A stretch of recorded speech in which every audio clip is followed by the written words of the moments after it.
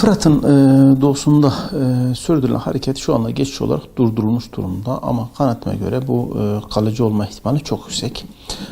Çünkü Rusya ve Amerika bir noktadan sonra makası kapattı. Yani bu Türkiye'nin operasyonu bir yere kadar sürdü. Ondan sonra durduruldu anlamına gelir.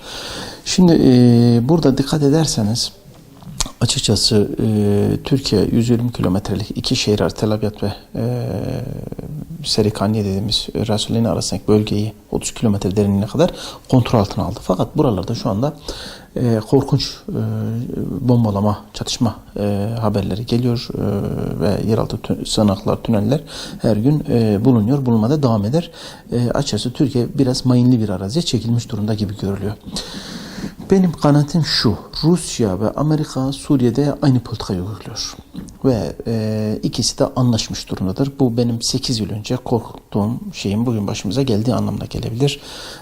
Bunlar dün, daha önceki günlerde de Türkiye'nin devri arabalarının taşlanmasında görülebilir.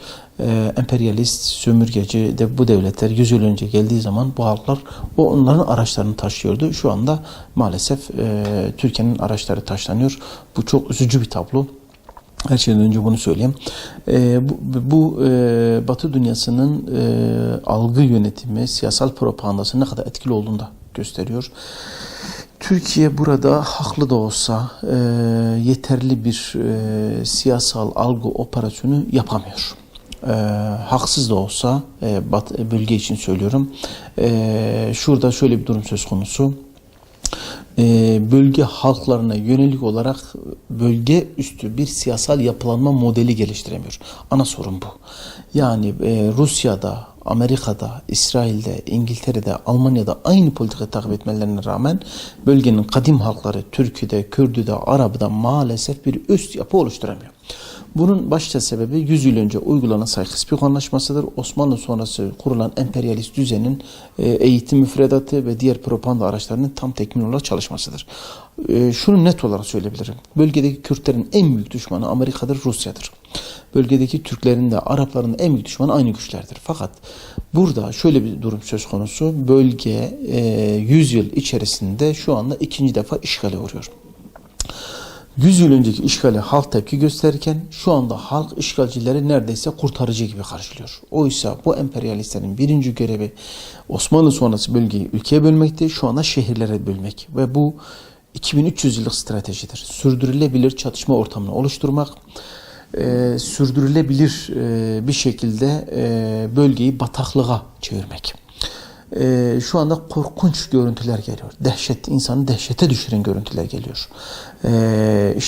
Sivil araçların kaçırılıp petrol istasyonlarına konulup orada patlatılması, pazar yerlerinin patlatılması.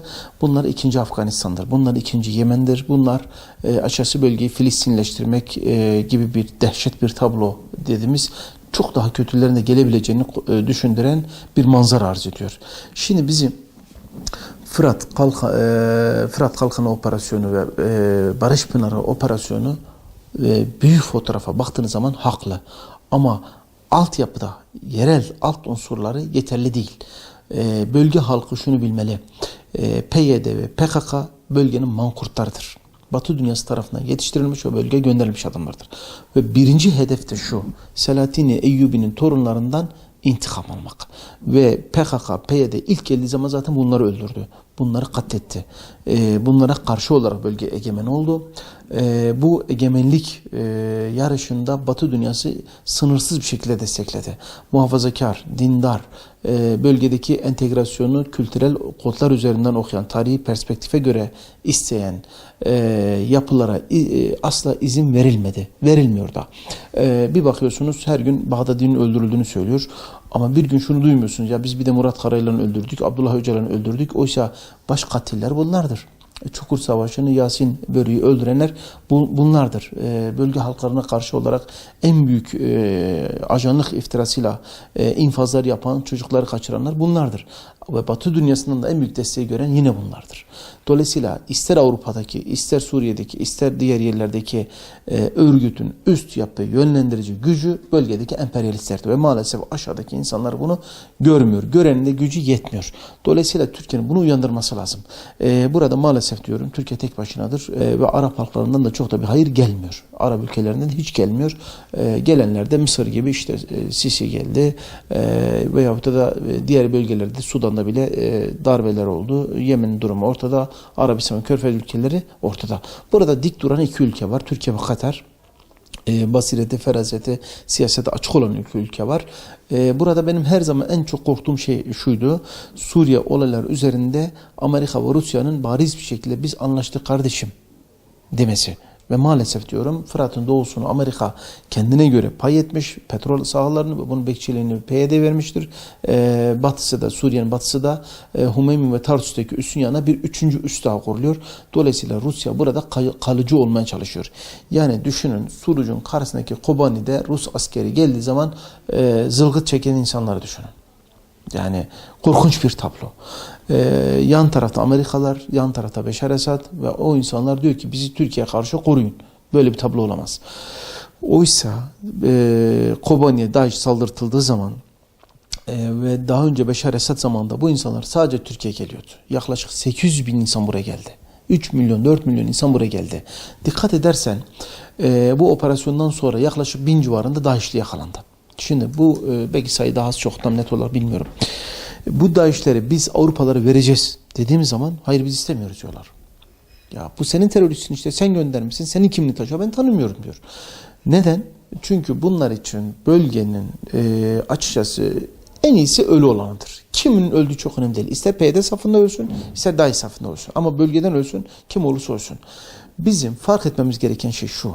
Biz bölge üstü bir yapılanma kurmadığımız müddetçe yani bölgede tabiri caizse bir konfederasyon diyebileceğimiz bölge halkları arasında ekonomik, sosyal, siyasal, askeri bir yapılanma kurmadığımız müddetçe bölgenin Suriyelileşmesi kaçınılamaz. Bunu da benim İskender taktiği dedim, İskender Aristo taktiği dedim. Bir modelle yapıyorlar. Bölge halkları için örgüt kuruyorlar. Bu halkları birbirlerine düşürüyorlar ve kendilerine hakim yapıyorlar.